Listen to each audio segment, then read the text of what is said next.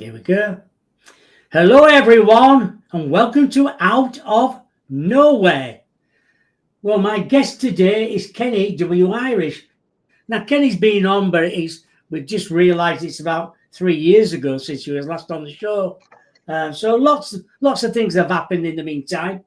Kenny, aka Crypto Punkologist, is an author, hardcore punk musician, sales marketing professional, originally from northern parts of Vermont. Is recently relocated to New York.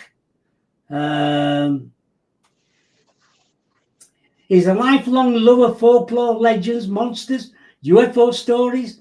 He's a regular attendance on and spoke at writers' groups, conferences, festivals, and various other platforms across the country, representing the New York Bigfoot Society. I don't know if you're still with them. He's a passion for writing for young readers, chapter books, the two most recent released books, Angle One, publishing, owned by creator and producer of the TV show Monster Quest. Can we please welcome Kenny to the show? Hello there. Hey, Bob. Happy to be back with you, my friend. Very nice indeed. You currently reside in New York. Has the state always been your home then? No. Originally from northern Vermont, up near Burlington. Right. Wait. And Oh, you, the states? Did you say the states? yeah. Or oh, yes. I've always lived in the states. Right now in New York, but originally from Vermont. My apology. Hey, no, it's all right. Have you always had a passion for writing then?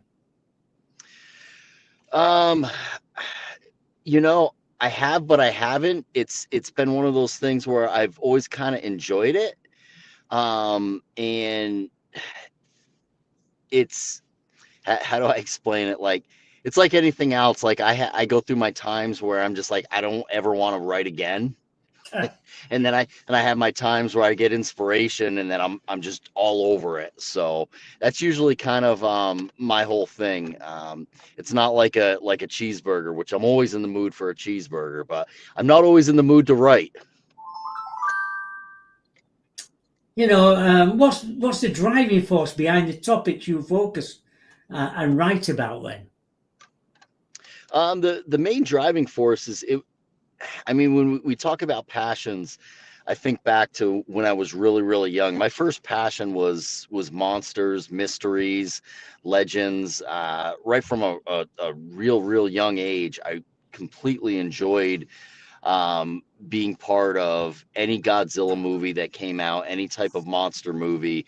I mean, while all my friends are watching action movies, I'm watching the old Wolfman movies. I'm watching the old Frankenstein movies. Oh, So it yeah. was for me. It was always something that I completely enjoyed and just kind of indulged myself in, if you will. Yeah. Are you still doing some work with New York Bigfoot Society then? I'm still part of the group. We've kind of put it on the back burner for a while. The gentleman that founded the group and heads it up, he's been working a couple full-time jobs as well as he's back in school almost full-time, becoming a biologist. So we haven't really had a whole lot of time to really get together and do a whole lot of really anything.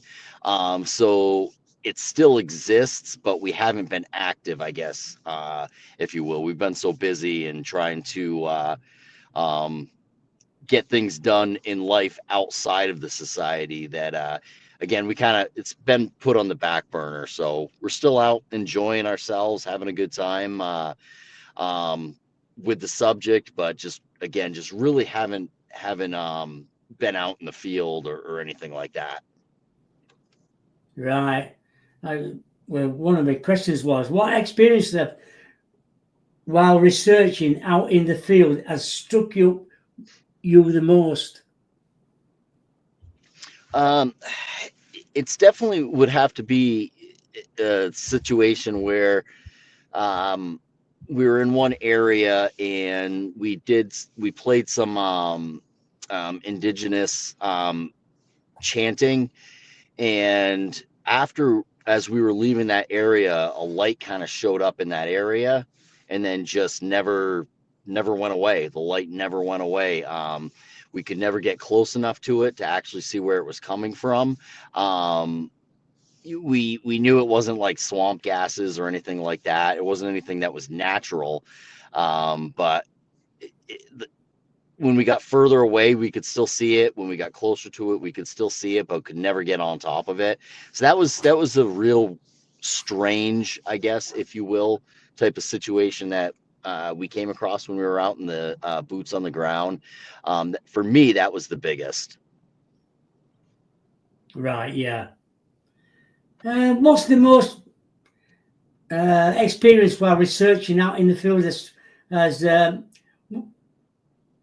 another question is what's the most common annoying question you'll get asked about Bigfoot?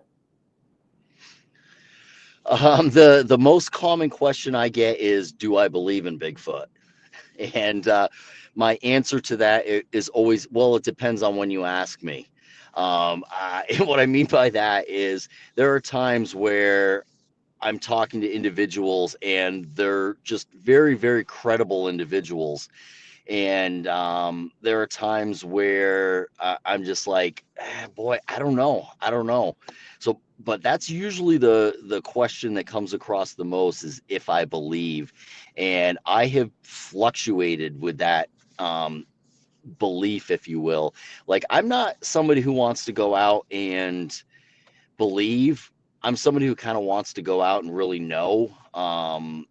So for me, the best way for me to put it is I'm somebody who just wants to know, not necessarily believe and do anything with it, if that makes sense. But the other question I get a lot was, have I actually seen any type of Bigfoot? And I haven't.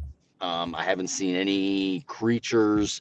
I've been in situations where some stuff has happened and taken place, but of course, I'm that person that's always late to the party, so I miss it. But those are usually the two questions that I get asked the most. Um, is one, do I believe? And two, have I seen one? And the, so I'm hoping to someday be able to say yes, that I've seen one. The gentleman that heads up the New York Bigfoot Society, he is a researcher, but also a very strong, healthy skeptic. And he's the type of individual that will go out on his day off and hike 5-6 miles into the woods off trails just to turn around and walk back. And it was a few years back where he actually sent me a message and said, "Hey, I just saw a Sasquatch," and I immediately just stopped what I was doing because that's not something he joked about. Um, so, uh, um, so because of that experience with him and me trusting him as much as I do, going back to the question, do I believe? Again, I don't believe. I want to know, but that's one of those credible individuals that I talk about. I mean, he's the type of person where he's somebody that's been out in the woods for years. If you got lost in the woods, he's one of the people that they would send out to find you Yeah. and bring you back safely.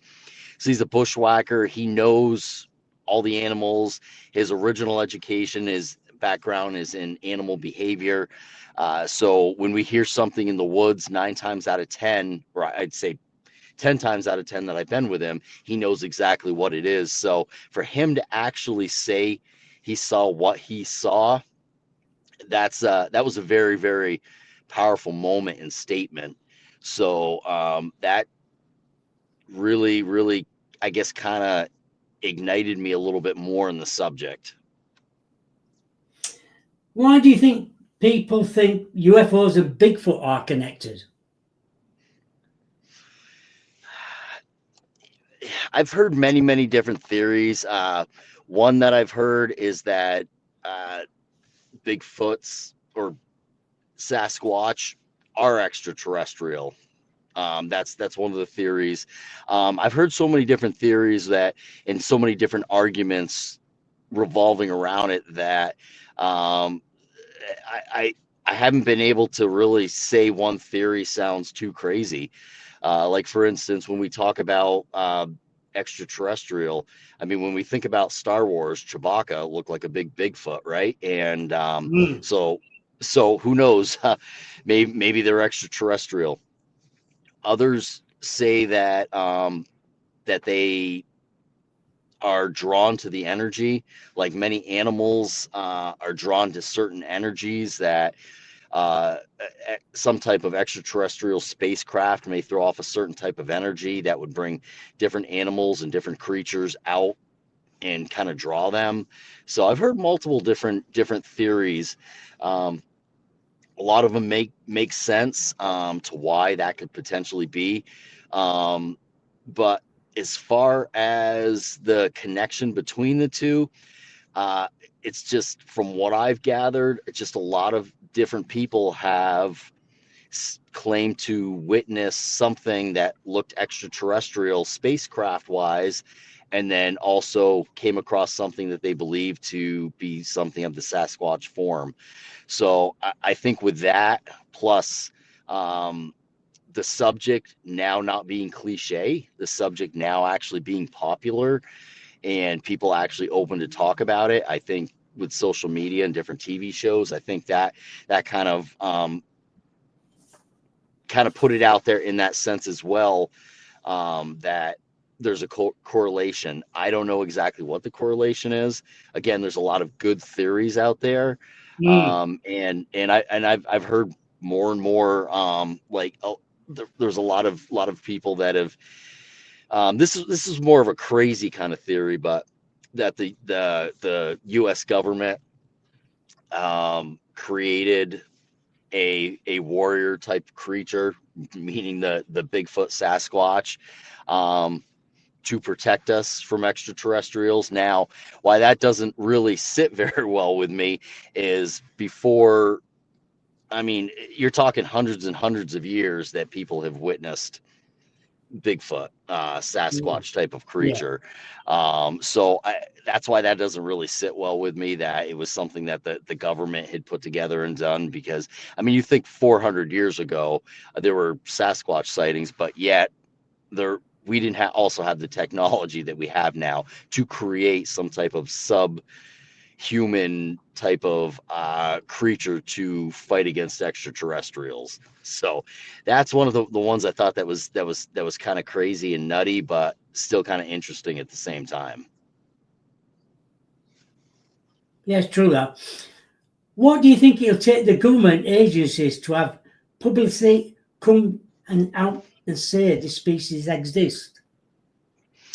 Um, well, I think nowadays I'll say in the states, I think it would take um, for one side, let's say here for the left to say that they don't exist, and then the right will say they will, or vice Mm. versa. So I think that's one thing that could happen. But I think with the government stating now that hey, there are unidentified objects in the sky, actually admitting that, I think as the years go on, there's going to be more and more information on a lot of different legends as they sit right now, that are going to come out and say, yes, this actually exists, or yes, we've seen something. As far as what it's going to take, I don't know. I'm not really sure what 100% initiated a lot of the governments coming out right now, government officials coming out and stating, yes, there are objects in the sky that are not us, that are not part of another government or another country, that we don't know what they are. It took a long time for that to come out. And again, I don't know exactly 100% what initiated that and made that so relevant where they had to say it. But I think if the government knows about it, eventually something's going to happen where they're going to have to express that, hey, yes, this is legit, and I guess maybe go from there with it. Yeah. Mason's in chat room. He just said, "Do you think they would harm us if we got too near them, Bigfoot?" Um, the way many people have explained their encounters, um, I mean, you get half that say that they're territorial, then you get half that say that they try to run from you. So I think any type of living being has the potential to harm you if they feel the need to, if they feel maybe cornered. Hmm. So I believe that any type of living being has the potential to try to produce some type of harm to any type of threat. Um, I mean, people have claimed that they've had rocks thrown at them. A lot of people see that as a threat. I see that more as like a territorial thing, like, hey, they're trying to get you out of the area. And then there are people that have claimed that they've been attacked.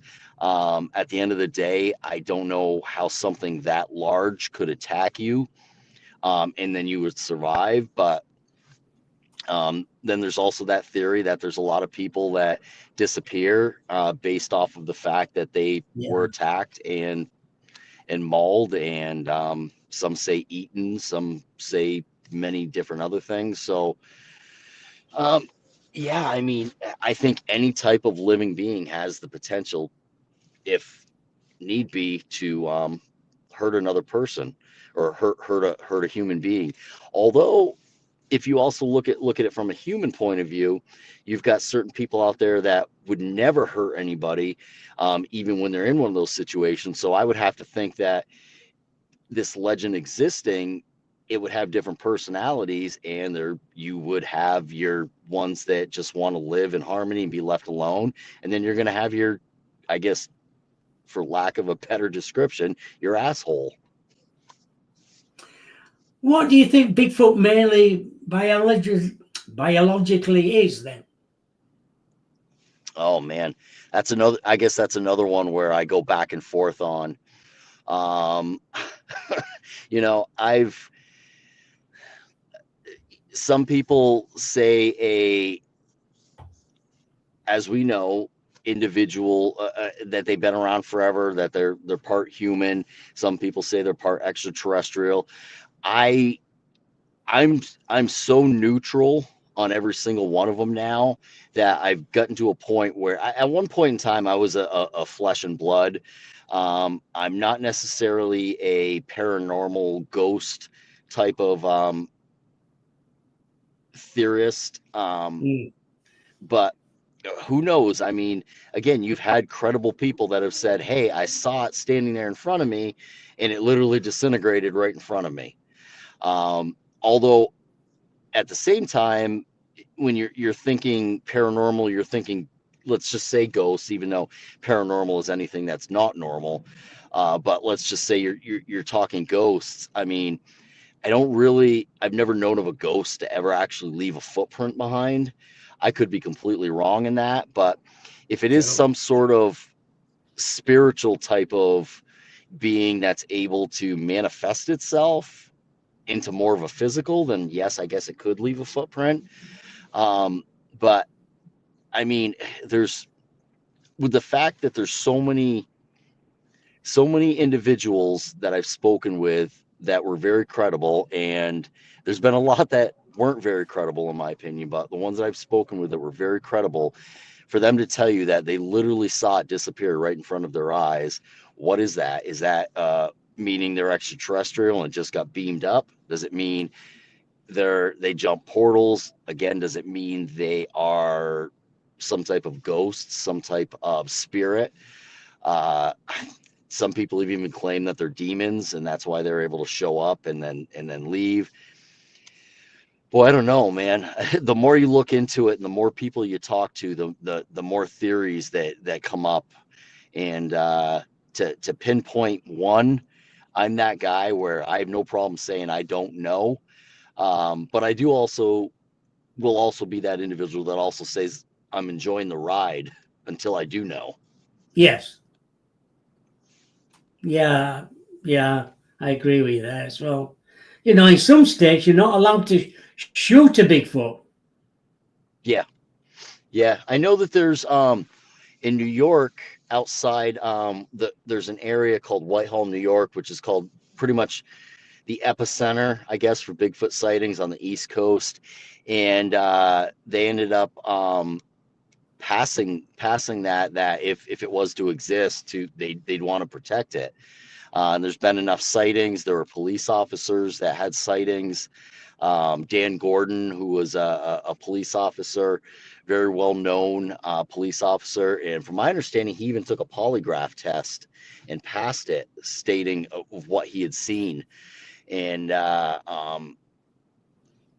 so yeah, I mean, there's definitely different areas. I know I can't remember which state it was in, but I know that there was a state where there was like a certain another area of that state where again it was illegal Mm. um, to actually harm if you came across one. So there's obviously enough evidence, and there's enough there to turn some heads, I guess, if you will, to be recognized as potentially existing and protecting.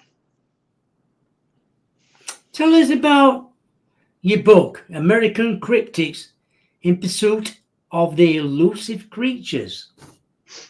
Sure, yeah. So that book came out in 2021. That was released through Beyond the Fray Publishing. That covers all 50 states in the United States. It opens up with some history on the certain state in reference, and it highlights a Native American tribe from that state. Now, what's really important for me to point out is when I say that it highlights a Native American tribe, a lot of the studying that I've done, a lot of the research is based off of Native American lore. In my opinion, we know as much about these legends, and especially when it comes to Sasquatch, based off of these Native American tribes that pass down these stories from generation to generation, and they weren't writing books, they weren't doing anything to gain from it. So Mm. at the end of the day, I really respect their opinion. So I wanted to make sure that I highlighted that to in the book, that I really respect their stories. And so again, I highlight a Native American tribe and talk about some of the lore that they spoke about, and then the next section it goes into whatever the popular monster is from that state. So for instance, let's take Vermont. I gave them Champ, the Lake Champlain monster, even though Champ is seen on the New York Oh, yeah. border as well as the Vermont. I grew up in Vermont, and my initial love for monsters, again, one of them was Godzilla. And when I was really young, somebody said to me, "Hey, did you know Godzilla lives in Lake Champlain?" So from there, I was completely hooked. So and I think I was only like 3 years old at that time. Oh, what? And so yeah, I was really young. I loved monsters. I loved King Kong, the Incredible Hulk. True story, when the Incredible Hulk, when the episode was done and I had to go to bed, I used to make my mom watch me run down the hallway at like 3 years old, running like the Incredible Hulk, or I would not go to bed. But anyways, so so Champ was my first real potential existing creature that I loved. So I gave Champ to Vermont. And then I close each chapter out with a Bigfoot sighting from that actual state. So I didn't go online and just punch in, "Hey, what's a Bigfoot sighting in this state?" Yeah. Actually, I used Google Maps. I pulled the state up. I found an area that had a lot of forestry land, and then I looked for the closest town that was near it, and then just looked up mom and pop stores and restaurants, diners, and just called them up and said, "Hey, I'm writing a book. I'm looking for any type of Bigfoot sightings in your area." And if they hadn't had one, or they didn't know of somebody that had one, they knew of somebody who had mentioned something about having one. So they were able to put me in contact with them. So that Oh, way I was brilliant. able to get ones. Yeah. So that way I was able to get ones that weren't like, I didn't want to go on like the BFRO website and just pull it off and then throw it in my book. Like, I really wanted to do some real work in this and Yeah, do not your take own. something away. So, so that's American Cryptids in Pursuit of the Elusive Creatures. That one hit #1 bestseller on Amazon 6 times. Did really well. You can find it like at like Target, Walmart, different places like that. And then yeah, it's just done real well. It still trends really well to this day, even though it's was released in, I believe it was February of 2021. Right. What do you think about Skinwalker Ranch then? Skinwalker Ranch. Well, first of all, I know a lot of people that I've talked to hate the show. I love the TV show. I don't know if you've seen the TV show, but I do. I I do have, love it because yes. you're actually. I love being able to actually see parts of the ranch, which I think is fantastic.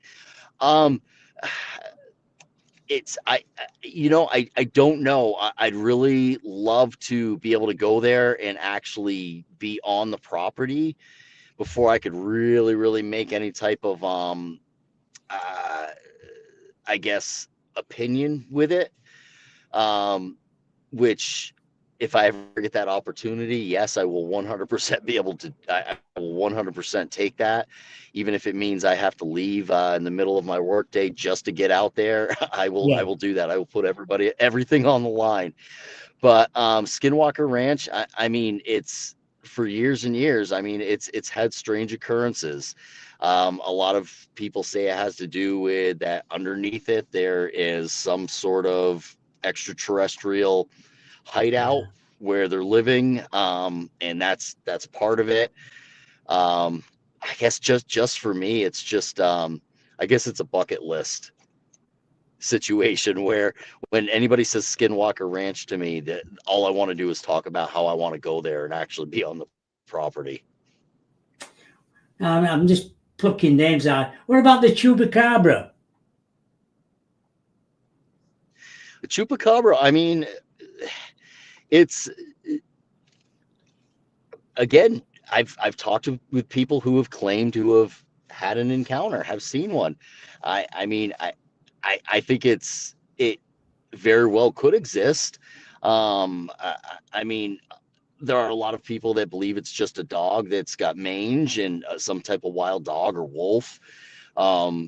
But I, I, I don't know. I personally haven't experienced one myself, but a lot of credible people have been able to say, "Hey, I got enough of a look at it to be able to say this was not just a dog with mange like this. It had a huge snout.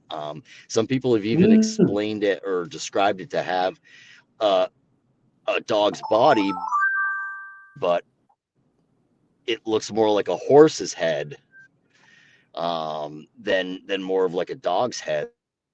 So Yeah. I mean, Yeah. People have said that to me as well. what do you? And they've I seen it as well. guess my whole thing again, until I actually am able to see something myself, I it, When we talked about that. What yeah, about the Mothman? yeah.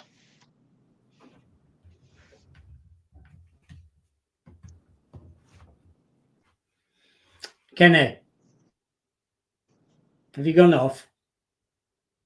Oh, you still Yeah, I'm still here. Can you hear me?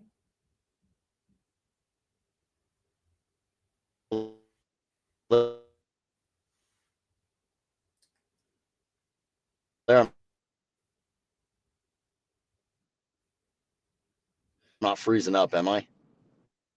Yeah. Can you hear me now?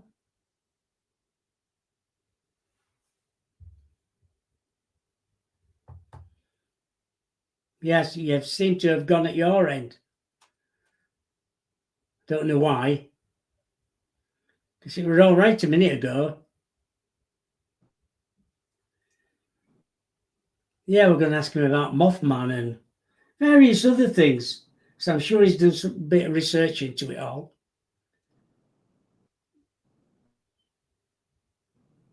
The Wendigo and the Beast of Bray Road.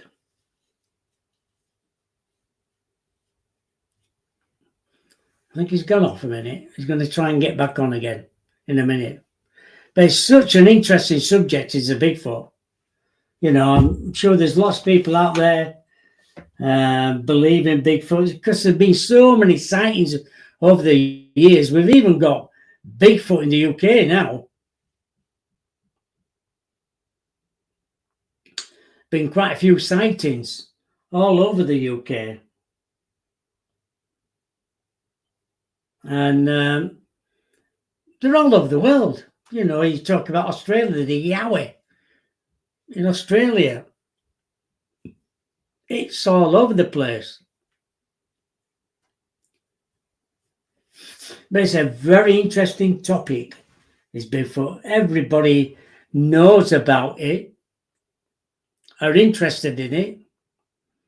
You know, there's lots of programs out there now at the moment talking about Bigfoot, werewolves.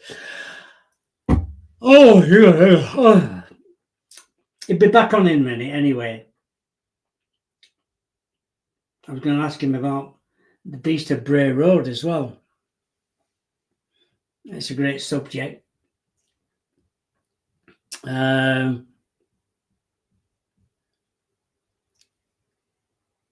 know where he is, but I'm sure we'll get back on in a minute. Just bear with us if you're listening to the show today. Yeah, there's lots of questions about Bigfoot. Why the government is not telling us anything.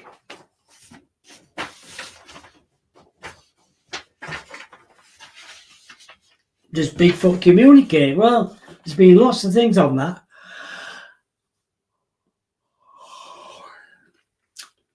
Where they can make noises, Twitter noises, and lots of different things.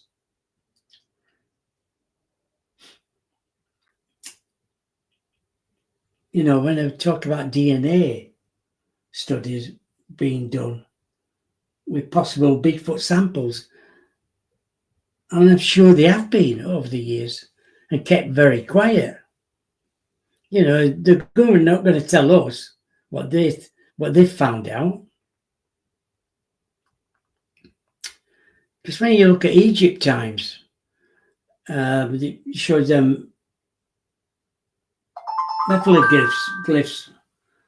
I'll just see if he's left a message.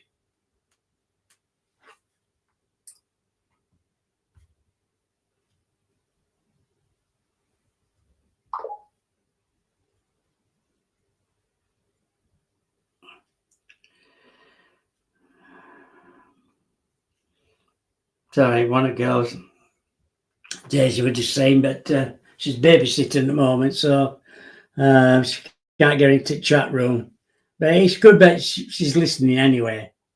So I don't know what's happened to Kenny, but he's gone off. But we'll give him time to get back into it.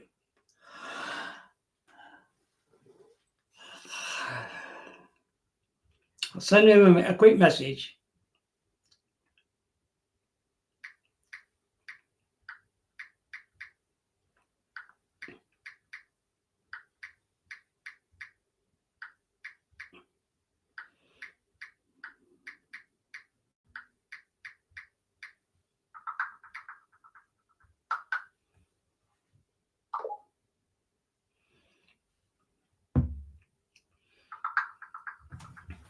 Kenny's just getting back to me now.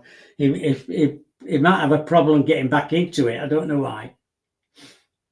But if so, we'll just have to. But I believe in Bigfoot. Yeah, there's no problem there.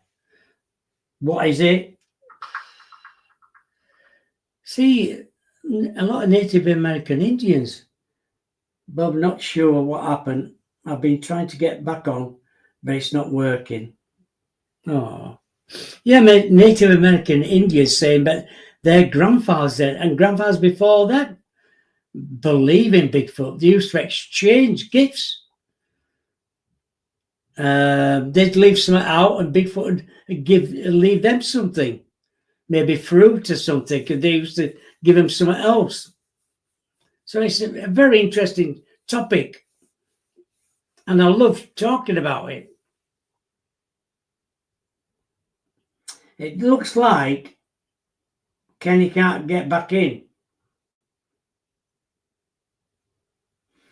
Let's see if I send in that link again.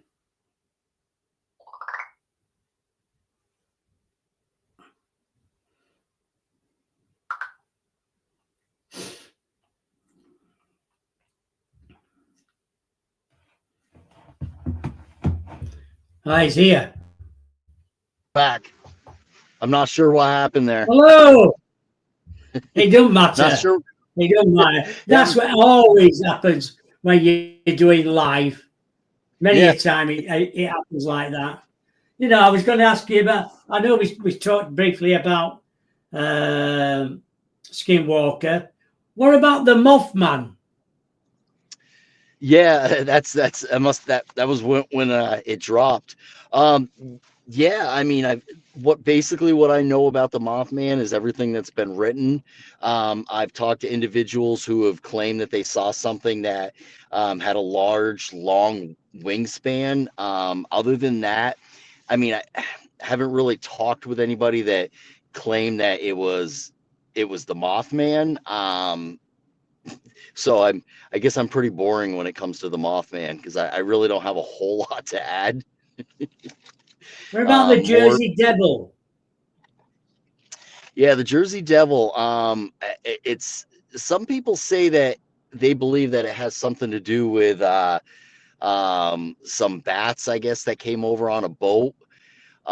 It's kind of hard to believe that, but I guess there's excuse me, a certain bat that lives in like a tropical area. And one of the theories, I guess, if you will, is that a bat ended up getting on a boat that was out there years back, and the boat ended up sailing to the US and it docked. Now, how would a bat that lives in a tropical climate be able to come out and adapt in this area? Well, I guess if you think about how long ago it was and how long it would take them to get from that tropical climate to that area, maybe just the slow change in temperature and climate, maybe it just learned to adapt. Other than that, I mean, it's I see it as more of kind of like a legend, more of kind of like a cursed individual that may have had a baby that came out that was a demon. There's many different I guess ways to approach it, but one of the theories that I kind of fall on that I think kind of makes sense is the large bat. I mean, I could be completely wrong, but again, I mean, if it took as long as it would take back in the day to get from a tropical area on the planet over to that certain area to dock there, that slow climate change, again, maybe it adapted, and when they opened the doors to unload the product or whatever they were shipping, it flew out and terrorized people for a while. Is that very similar to the Beast of Bray Road then? The Beast of Bray Road. You're talking about like the Dogman Beast of Bray Road? Yeah. Beast of Bray Road. Yeah, the Beast of Bray Road. Yeah, I mean, it's. I'll tell you, I've noticed since the subject of Bigfoot went mainstream, a lot of people are talking about having a type of encounter with what they believe to be an upright, uh, bipedal walking type of creature that looks like a dog. Many people have stated that it looks human, kind of from like the torso down, but all dog like up front. Others have claimed that it's like just like a big muscular body.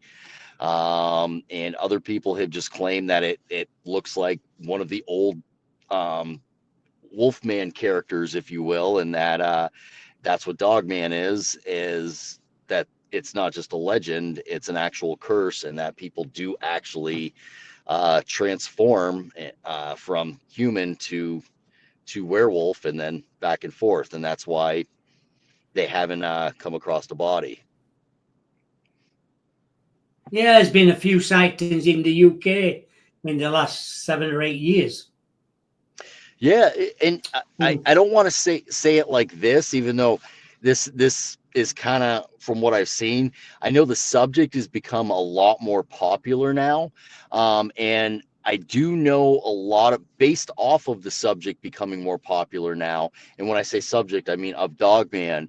I've actually met some incredible people that have claimed to have had such an encounter with such a Mm. beast, and one of the gentlemen who I talked to is a good friend of mine. His name's Josh Turner.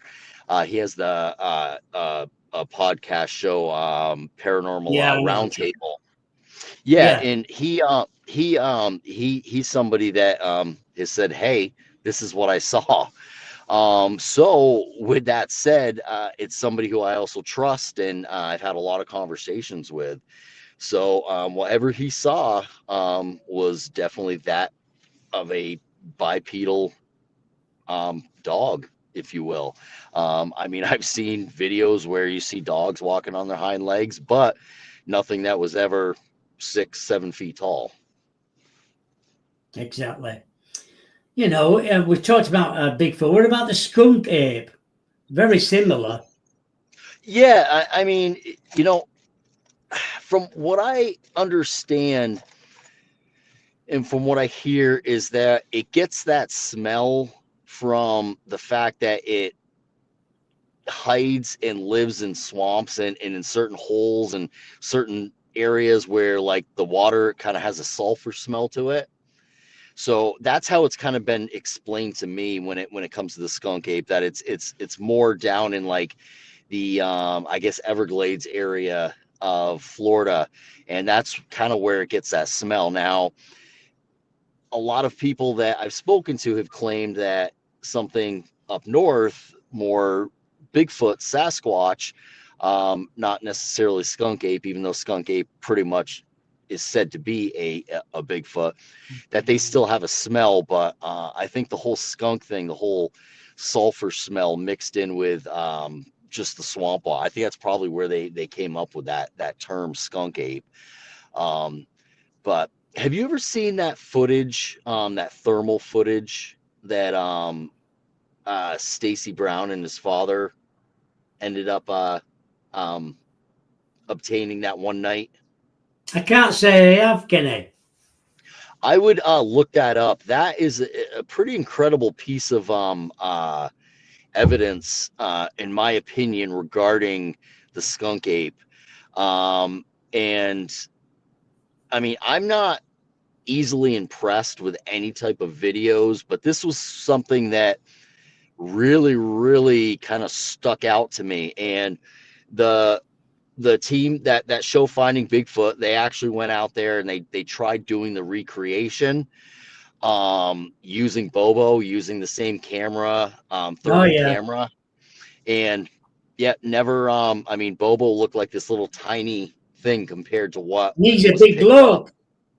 Yeah. So that and the reason I brought that up just because obviously that was taken in Florida, but that right there, I thought was an incredible piece of evidence right there, to be able to capture that, have that on there, and then actually have somebody like the size of Bobo go out there, stand in the same area, and be dwarfed by it.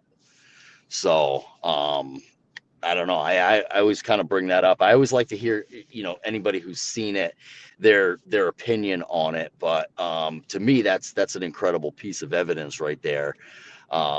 Just based off of the fact that it's just the image in the thermal was so big.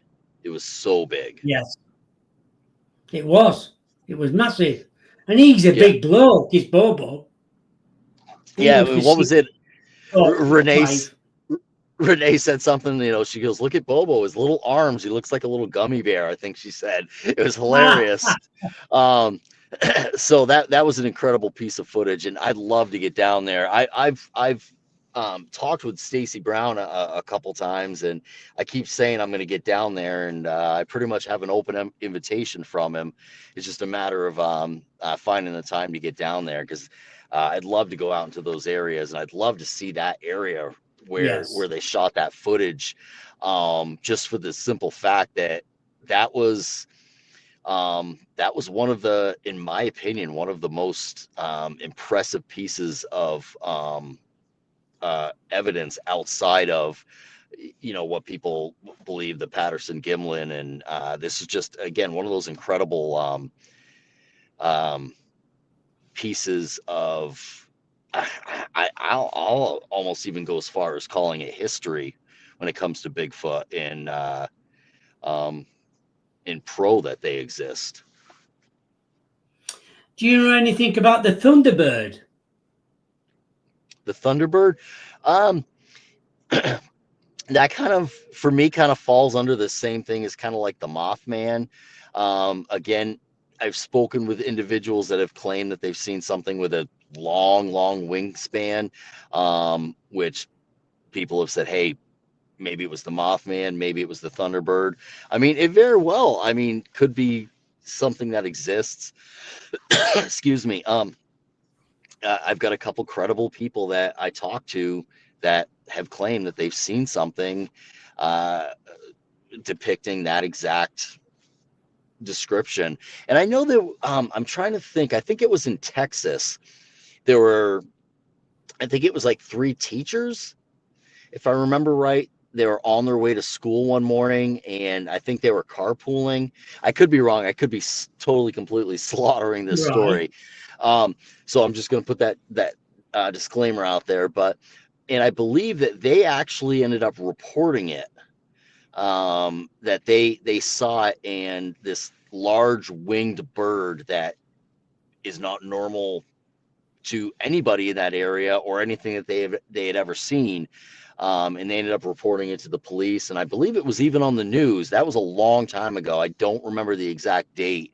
I believe, if I remember right, I think Ken Gerhard actually covers that in one of his books. But that was something that is a very, very credible, based off of the individuals that claim that they saw it. Yeah.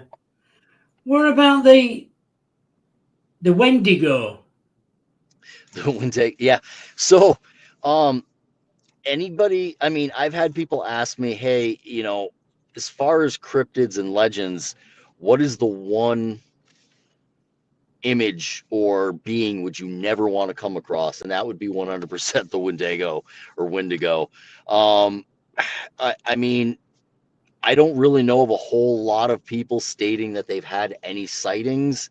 I've only talked to people that know the subject. I've never really come across anybody. Uh, I can say that I've talked to people that have claimed that they saw something that they've said, hey, maybe it was a Wendigo or Wendigo. But they didn't know 100% for sure. But the one thing that I can say for sure, again, out of anything, any legends, that's the one that I never want to come face to face with. Yeah, well, exactly. Yeah. Where are we now? What about the Tommy knockers?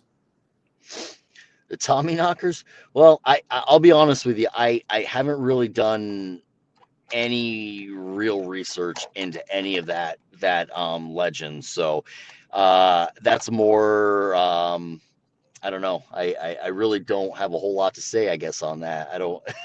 I'm more the That's type fine. of guy if I don't really know anything about anything, I don't try to.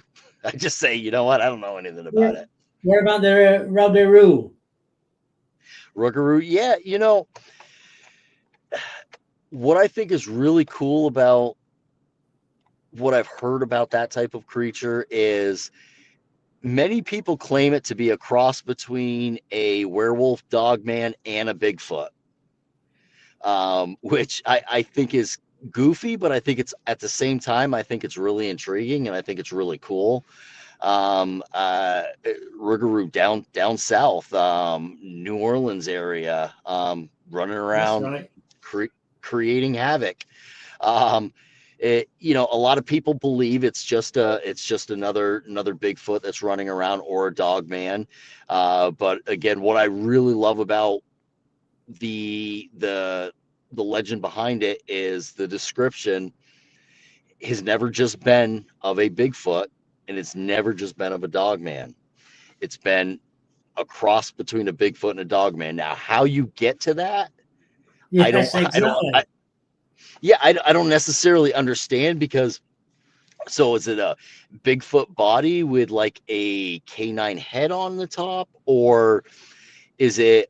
I mean, because that's what I'm picturing, because nothing dogman like has ever they've never claimed to really have like a Bigfoot body, like maybe a strong upper torso, but usually the legs are a lot smaller, a more canine like or human like, where a Bigfoot would have kind of like big thighs and long, like kind of like matching its upper body. So Yeah. I've never really come to the conclusion or understanding where that kind of came from.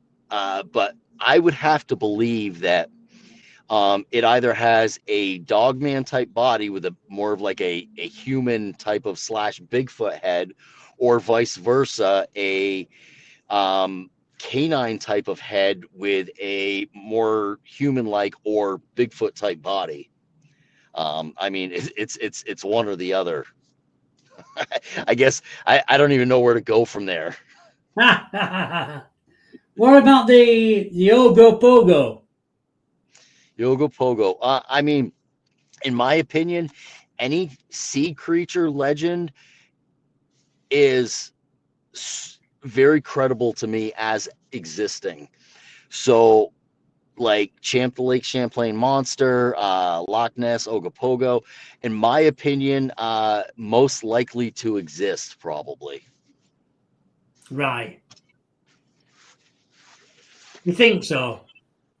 Yeah, I mean, I mean, there's So so many many water. sightings, isn't Well, there's a lot of sightings. There's so many waterways that are connected, not just above ground.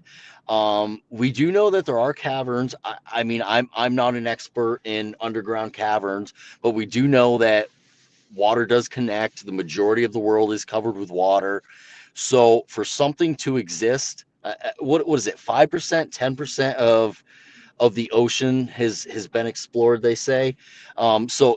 I mean, there's so many things that are in the water right now that we haven't even seen. So for something to exist in that magnitude, why not?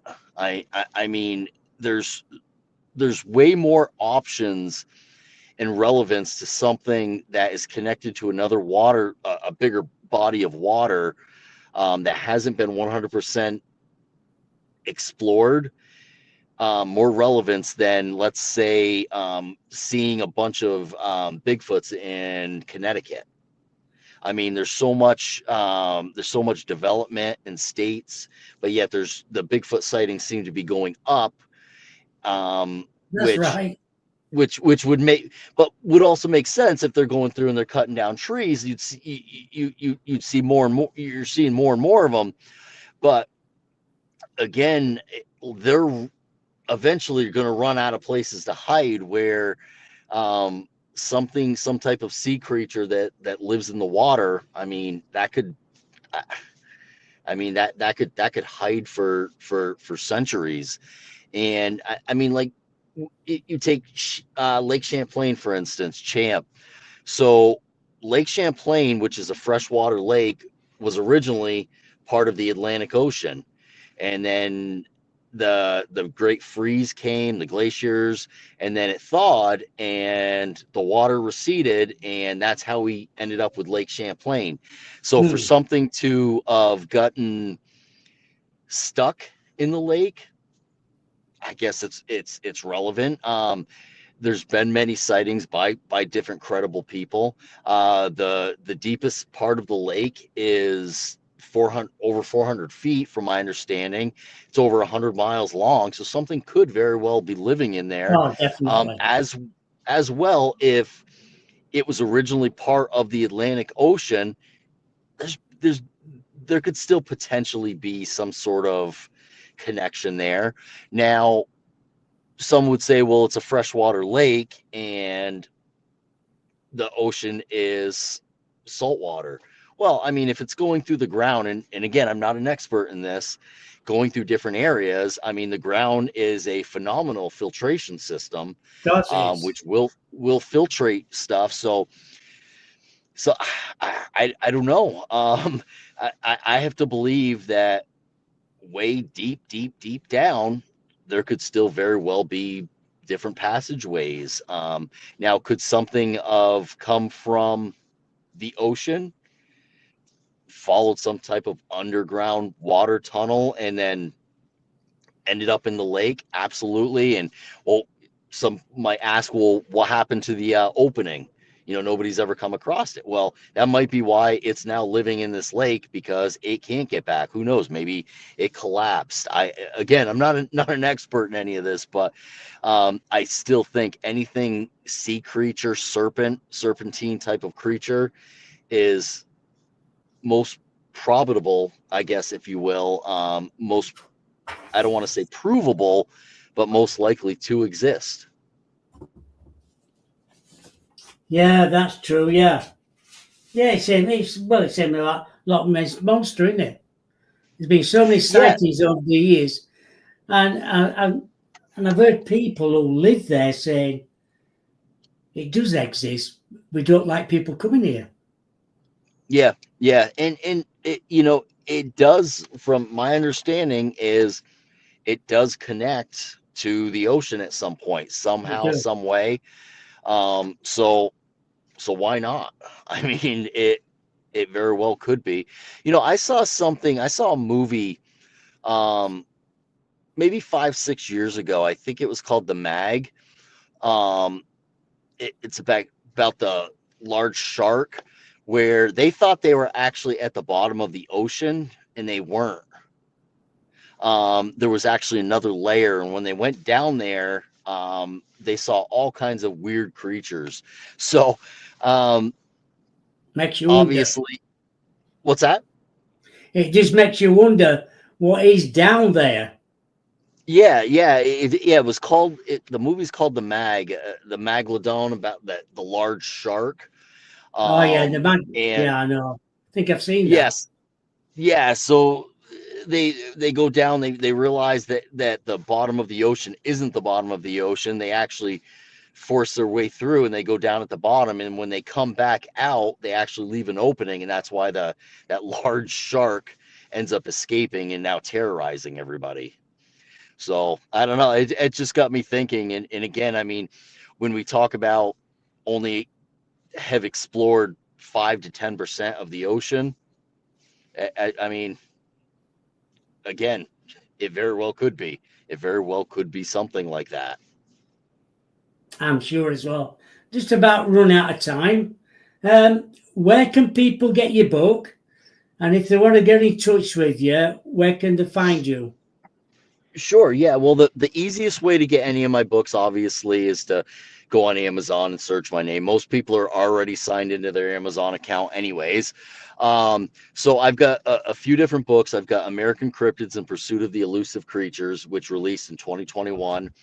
And 2022, from Beyond the Fray Publishing also released International Cryptids and Legends, which covers different countries outside of the US. And then just this year, June 13th, I released a book called American Monster Hunters.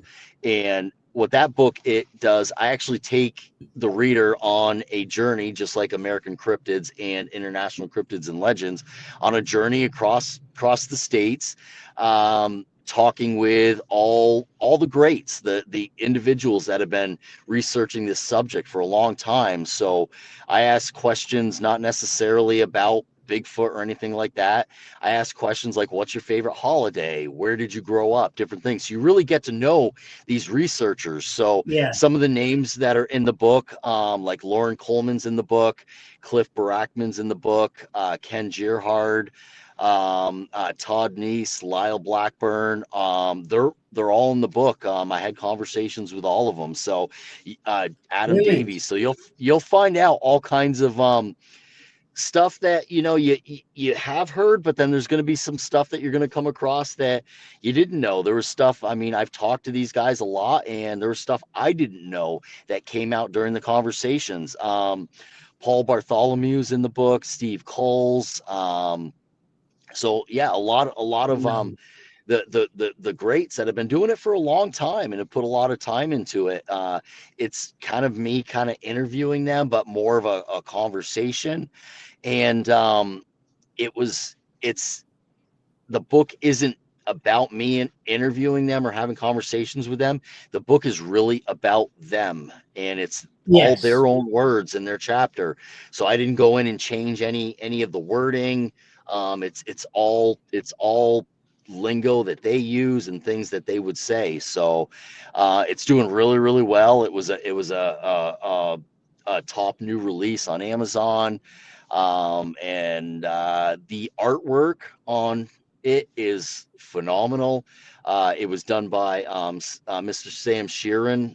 You might be familiar with him. If you aren't, Bob, definitely look him up. He is a phenomenal artist, world renowned. He did the cover artwork for it. And it's doing really, really well. And again, it's just all the greats, in my opinion, even though there's other greats out there, because I may be doing American Monster Hunters too. But it's just a history of a lot of the greats right there, right in your hands. Brilliant. Sounds brilliant. Thank you. And It is. I mean, well, I'll of say this: the people in the book are brilliant, and that's what makes the book brilliant. course he does. Yeah. Getting to know him. Getting to Yes. know him personally. Yes, absolutely. So thank you again for coming on the show. Yeah, absolutely, Bob. I always look forward to having a conversation with you.